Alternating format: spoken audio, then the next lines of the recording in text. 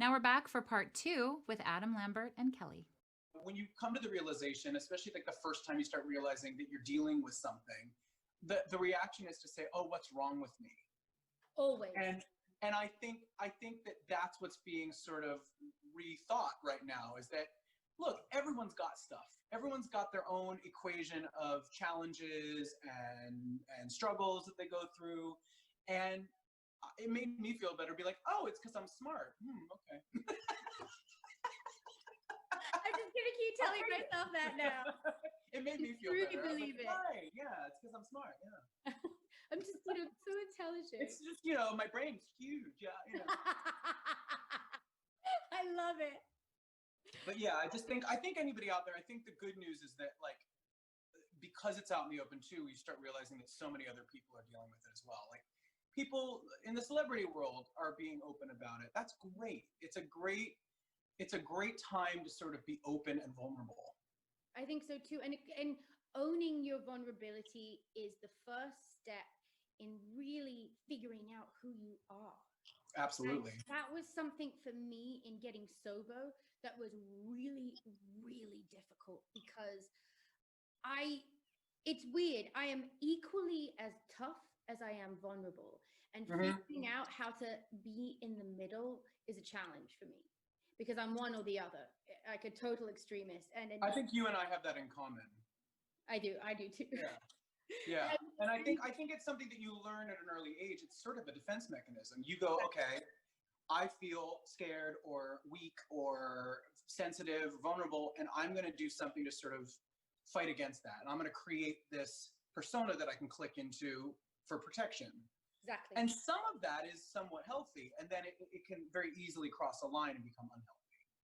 Yes. Yeah. When it's all ego and the ego is being, inflated, and then you turn into somebody that we all make fun of, and you don't want that. You want to keep a balance in your life. I always think that there's a saying they always say in England when I was a kid: you need to have a word with yourself. And I never truly understood what they meant by that until I got older. And I'm like, you know what? No one's perfect. You're not better than everyone else or anyone else. You are flawed, and your flaws make you perfect. Absolutely. Your flaws make you who you are. The mistakes that I have made, I have learned so much from them. And those feelings that come up that make me feel like I'm alone in what I'm going through, I have learned that that's just my mind telling me that, and that's not. Yeah, it's like that voice that tells you that stuff is like, it's just trying to derail you from your progress. It's just a narrative that you do not have to subscribe to. You do not have to listen to that narrative.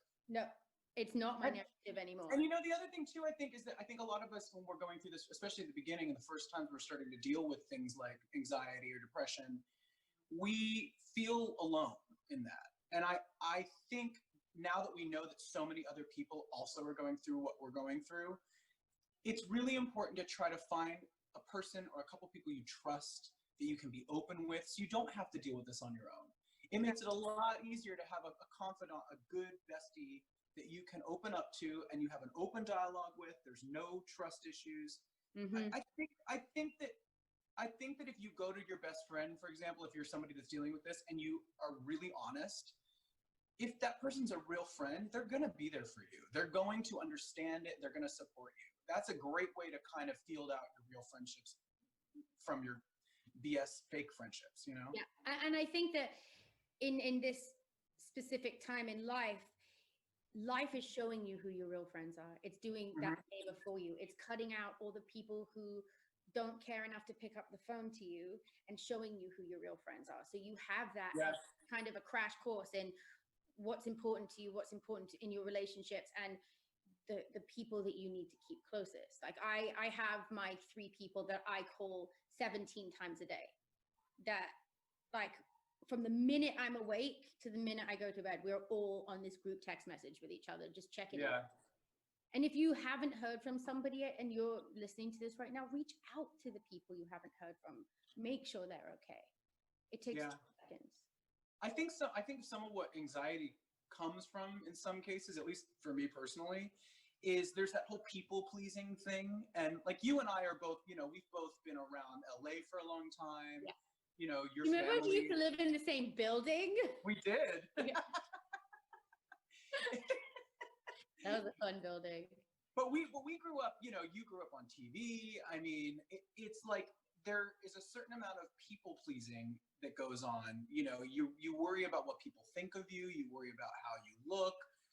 It's worry. That's where the anxiety comes from. And I think now that, we're in this generation where everyone has an Instagram, everyone's on social media, we're all sort of putting ourselves out there. And you have to make the decision for yourself, like, where's my boundary?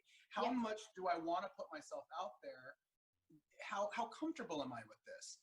No one's forcing you to express yourself in a way that doesn't make you comfortable.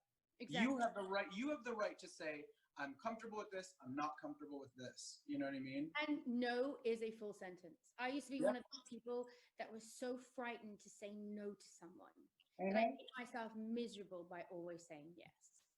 And it's that little thing of having that confidence within to say, I'm not comfortable with this. It doesn't make you whiny. It doesn't make you a brat. It just it makes you a confident human being who knows who they are. And I think that that's a very attractive quality in a human. Absolutely. And if you feel pressure to be involved in something that does not make you feel good, don't do it. I mean, I know that sounds complicated, especially right now. Yeah, especially right now. Yeah. That make you uncomfortable. Do things that bring joy to your life. Take time for you. That 15-minute bath at the end of a day can make such a big difference. Little things like that I've been doing have really helped. And I've made sure that I walk around the kitchen counter so many times when I wasn't allowed out. So I get 10,000 steps. I call all my friends. They're like, are you still walking around that counter? I'm like, yep.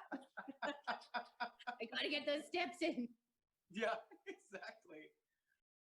We'll watch the third part of Adam and Kelly tomorrow.